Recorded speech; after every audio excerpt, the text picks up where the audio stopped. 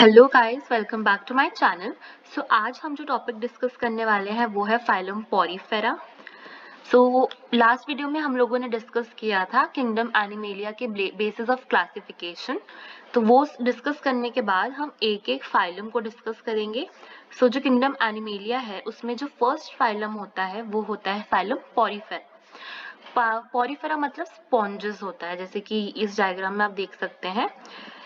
इनको हम पॉरीफेरा कहते हैं या स्पॉन्जेस कहते हैं। तो सबसे पहले इनके जनरल फीचर्स देख लेते हैं। अगर हम बात करें इनके हैबिट एंड हैबिटेट की, तो ये होते हैं पोर बेयरिंग ऑर्गेनिजम्स। इनकी पूरी बॉडी पोरस होती है, इनमें बहुत ज्यादा पोर्स होते हैं जिनको हम ऑस्टिया कहते हैं, और ये रहते हैं मेनली एक्वेटिक, मरीन और कुछ कुछ इनमें फ्रेश वाटर भी होते हैं। फिर आता है इनका लेवल ऑफ ऑर्गेनाइजेशन, तो इनमें होता है सेलुलर लेवल ऑफ ऑर्गेनाइजेशन। फिर हम इनकी जर्म लेयर्स की बात करते हैं, तो ये होते हैं डिप्लोब्लास्टिक। इनमें एक्टोडर्म होता है, इनर इंडोडर्म होता है, बट मीजोडर्म नहीं होता। मीजोडर्म की जगह इनकी जो मिडल लेयर होती है उनको हम मीजोकाइन बोलते हैं। तो दे आर डिप्लोब्लास्टिक। और सिमेट्री की बात करें तो दे आर एसिमेट्रिकल ऑर्गेनिजम्स। उनके अंदर कोई भी सिमेट्री नहीं होती है, उसको हम किसी भी एक्सिस से डिवाइड करेंगे तो दो इक्वल हाफ्स हमें नहीं मिलेंगे।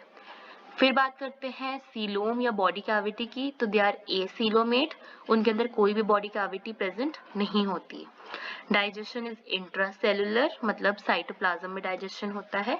और डेवलपमेंट इनडायरेक्ट होती है। इनडायरेक्ट डेवलपमेंट का मतलब है कि बीच में एक लार्वल स्टेज आ जाती है, डायरेक्ट डेवलपमेंट नहीं होती।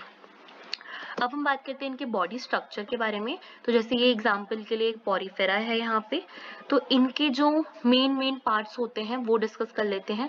जो यहाँ पे आपको एक बड़ी सी ओपनिंग दिख रही है, इसको हम ऑस्कुलम बोलते हैं।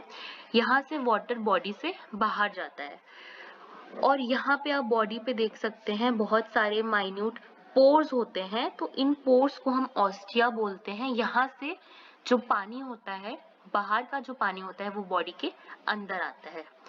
तो ऑस्कुलम हो गया, ऑस्टिया हो गया। फिर हम बात करते हैं स्पिक्यूल्स की।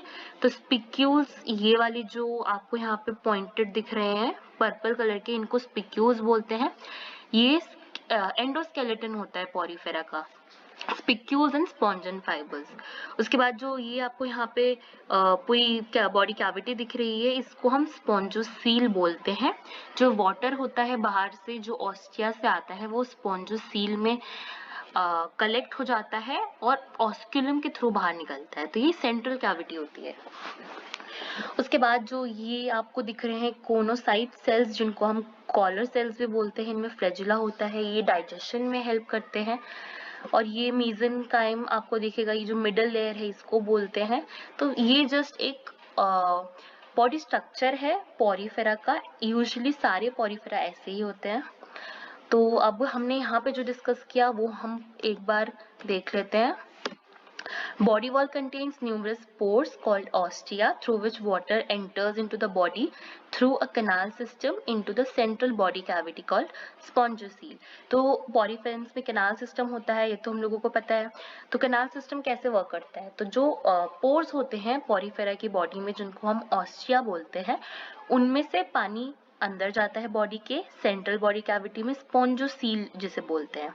और वहां से जो पूरा प्रोसेस होता है डाइजेशन वगैरह का वो होता है, और फिर वो पानी थ्रू ऑस्कुलम बॉडी से बाहर चला जाता है। बॉडी ऑल्सो कंटेन्स वन और मोर ओपनिंग्स कॉल्ड ऑस्कुला, और उसको हम ऑस्कुलम भी बोलते हैं, through which water passes out from the body. Sponges feed on minute organisms and small organic particles which enter the body through water current and are ingested by the conocytes or the collar cells. Sponges have an exoskeleton which is made up of either spongin fibers or calcareous or siliceous spicules or a combination of both.